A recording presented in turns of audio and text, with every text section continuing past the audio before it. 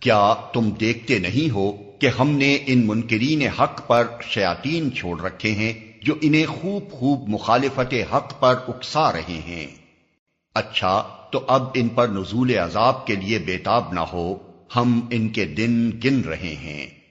وہ دن آنے والا ہے جب متقی لوگوں کو ہم مہمانوں کی طرح رحمان کے حضور پیش کریں گے اور مجرموں کو پیاسے جانوروں کی طرح جہنم کی طرف ہانک لے جائیں گے۔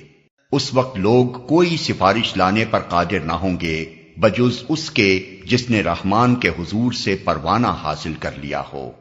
وہ کہتے ہیں کہ رحمان نے کسی کو بیٹا بنایا ہے۔ سخت بیہودہ بات ہے جو تم لوگ گھڑ لائے ہو۔